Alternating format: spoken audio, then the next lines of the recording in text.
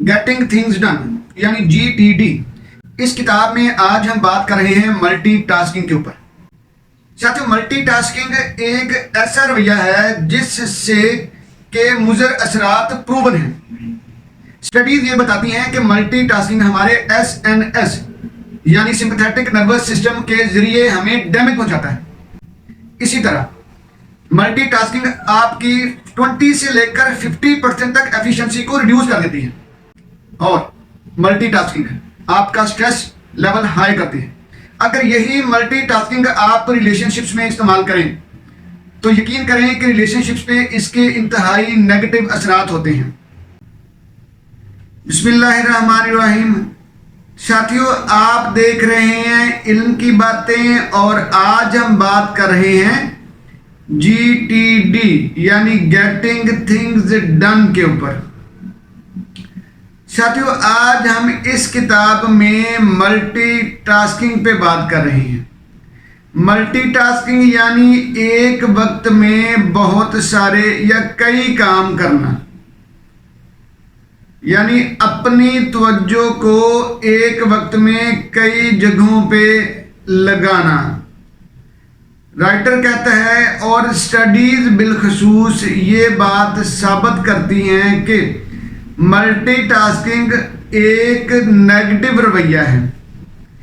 ये हमारे अंदर नेगेटिविटी, एंजाइटी, स्ट्रेस लेवल को इंक्रीज करता है, एंजाइटी को बढ़ाता है। तो राइटर ये कहते हैं कि मल्टीटास्किंग से जितना हो सके इज्तिनाब करना है। स्टडीज ये बताती है कि मल्टीटास्किंग के काफ़ी सारे नुकसानात हैं। मसलन नंबर 1, मल्टीटास्किंग एफिशिएंसी को रिड्यूस करती है। रिसर्चर ये बताती हैं कि एफिशिएंसी को रिड्यूस करने वाले फैक्टर में सबसे बड़ा फैक्टर जो होता है वो मल्टीटास्किंग है। 2009 में एक रिसर्च पब्लिक हुई थी, कॉग्निटिव कंट्रोल इन मीडिया मल्टीटास्कर्स। इस पब्लिशिंग में, इस किताब में या इस रिसर्च वर्क में ये साबित किया गया था, ये दिखाया गया है कि जितने भी मीडिया पे काम करने वाले लोग होते हैं उनका जो कॉग्निटिव कंट्रोल होता है वो डैमेज हो जाता है, यानी उनका ब्रेन जो है वो काम करना या ब्रेन में इम्पेयरमेंट आ जाती है, यानी उनकी काम की एफिशिएंसी रिड्यूस हो जाती है। आम लफ्जों में हम ये कह लेते हैं। इसलिए राइटर ये कहता है कि अगर आप मल्टीटास्किंग वाले मामले में फंसे रहेंगे तो आपकी जो एफिशिएंसी है वो तकरीबन 20 से 50% तक रिड्यूस हो जाएगी। ठीक इसी तरह एक और किताब आई थी जिसका नाम है the cost of task switching in the brain. ये 2001 की स्टडी है। ये भी ये बताती है कि प्रोडक्टिविटी लॉस होता है। अगर आप मल्टीटास्किंग करते जाएं तो आपको 20 से 40% प्रोडक्टिविटी लॉस होगा। साथियों, इसी तरह स्टूडेंट्स के लिए एक बड़ी अजीब बात है। स्टूडेंट्स के लिए भी एक रिसर्च है। स्टूडेंट्स के लिए रिसर्च आई 2012 में, 2012 में। रिसर्च ये थी कि multitasking and cognitive decline in students. Research ये साबित करती है कि वो तालिब इल्म जो सोशल मीडिया इस्तेमाल करते हुए पढ़ाई करते हैं, यानी सोशल मीडिया और स्टडीज को इकट्ठा लेके चलते हैं। साथियों, स्टडीज ये बताती है कि वो स्टूडेंट्स कम इम्प्रूव कर पाते हैं। उनकी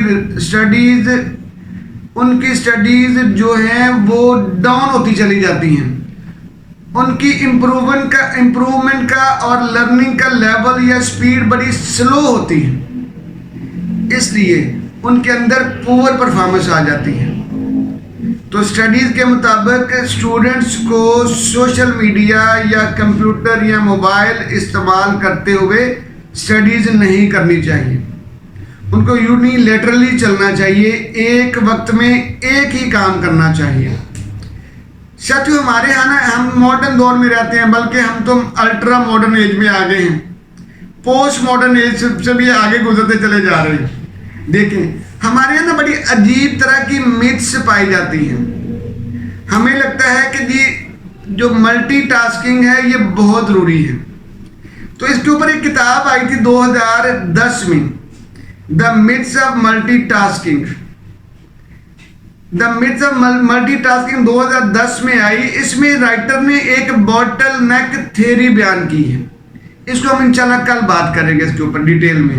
राइटर ने कहा है कि रिसर्चेस ये साबित करती हैं कि जो लोग मल्टीटास्कर्स होते हैं, मुख्तलिफ तरह के काम एक ही वक्त में करते रहते हैं, वो 50% अपने काम की प्रोडक्टिविटी को रिड्यूस कर बैठते हैं, यानी कि उनकी क्वालिटी 50% तक रिड्यूस हो जाती है। इसी तरह हमारा दिमाग, साथियों ये बड़ी ज़रूरी बात है।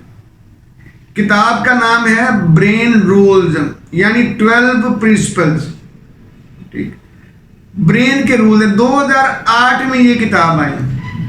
ये किताब बताती है कि जो मल्टीटास्कर्स होते हैं ना, जो मल्टीटास्किंग वाले लोग होते हैं, उनमें सबसे बड़ा मसला मेमोरी लॉस होता है। मेमोरी लैप्स कर जाती है, उनकी चीज़ें जो है उनको याददाश्त कम होना शुरू हो जाती है, चीज़ों को मेमोराइज नहीं कर पाते, उनका फोकस जो होता है उसमें कमी आना शुरू हो जाती है, वो शॉर्ट टेम्पर्ड हो जाते हैं, वो इम्पेशेंट हो जाते हैं। तो मिथ ये कहती है कि मल्टीटास्किंग में एक वक्त में कई काम करने से प्रोडक्टिविटी बढ़ जाती है। ये मिथ है, लेकिन ये रॉन्ग मिथ है। असल बात यह है कि भाई आपके अंदर डैमेजेस ज़्यादा आते हैं, आपकी अपनी ज़ात के अंदर भी डैमेजेस आते हैं और आपकी प्रोडक्टिविटी में भी लॉस होता है। ज़ात के डैमेजेस देखिएगा साथियों कि आपका SNS यानी सिंपैथेटिक नर्वस सिस्टम, इसको हम आम लफ्ज़ों में कह लें कि जो आपको हमदर्दी करने वाला जो नर्वस सिस्टम है ना, आपका दिमाग है, आपको बचाने और आपको महफूज करने वाला जो दिमाग है, जिसका काम है फाइट और फ्लाइट। ठीक है, या तो आप फाइट करो या खिसक जाओ, भाग जाओ सिचुएशन से। तो कहते हैं कि जब आप मल्टीटास्किंग करते हैं तो आपके अंदर हार्मोनल चेंजेस आ रही होती हैं। ये हार्मोनल चेंजेस आपके SNS को अल्ट्रा एक्टिवेट कर देते हैं। जब आपका SNS अल्ट्रा एक्टिवेट हो जाएगा तो आपका हार्ट बीट तेज हो जाएगी, ब्लड प्रेशर बढ़ जाएगा, आपके हार्मोनल चेंजेस कोर्टिसोल और एड्रेनालिन में फर्क आएगा। जब ये सारे मामलात आएंगे तो आपका ऑटोमेटिकली न्यूरोलॉजिकल सिस्टम खराब हो जाएगा। तो राइटर ये कहता है कि आपका जो SN सिस्टम है, अगर आपने इसको मॉडरेट रखना है, अगर आपने इसको एक बेहतरीन और बैलेंस फॉर्म में रखना है, तो आपको मल्टीटास्किंग को अवॉइड करना पड़ेगा। अगर आप मल्टीटास्किंग को अवॉइड नहीं करते तो आप फाइट और फ्लाइट में फंसे रहेंगे, आप उलझे रहेंगे, आपको ये नहीं पता चलेगा कि आपने फाइट कहाँ पे करनी है और फ्लाइट कहाँ पे करनी है। इसी तरह है हमारा सिस्टम है PNS, पैरासिम्पैथेटिक नर्वस सिस्टम, जिसका काम आपको रेस्ट या डाइजेस्ट करवाना होता है। यानी कोई स्ट्रेस वाली सिचुएशन आ गई है, कोई शॉकिंग न्यूज़ सुन ली है, कोई मसला आ गया है, कोई प्रॉब्लम आ गई है, कोई इमरजेंसी हो गई है, तो अब आपका PNS एक्टिवेट होगा, वो आपको रेस्ट देगा और उस सिचुएशन को डाइजेस्ट करने में मदद देगा। लेकिन आप तो हैं मल्टीटास्कर, आपने तो अपना सत्यानाश पहले किया हुआ है मल्टीटास्किंग के जरिए।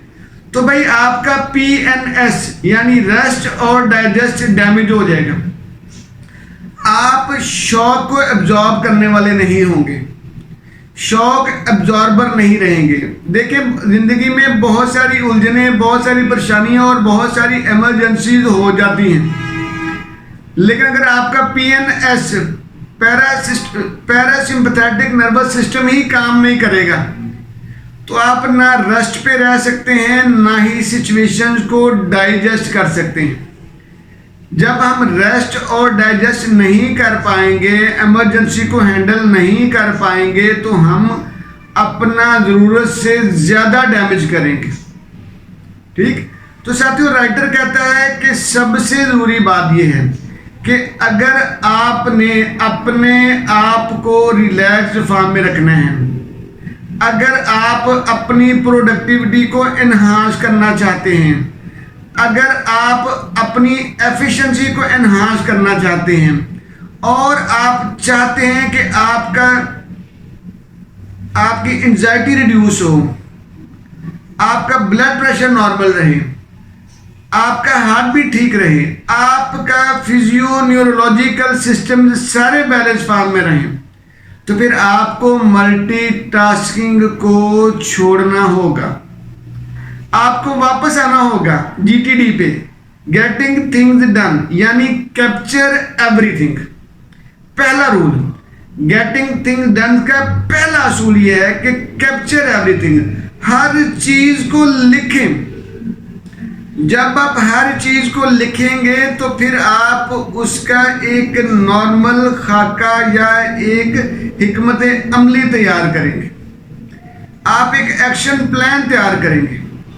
तो इसलिए सबसे जरूरी चीज गेटिंग थिंग्स डन की सबसे जरूरी चीज capture everything and stop multitasking. जी जज़ाकल्लाह जी।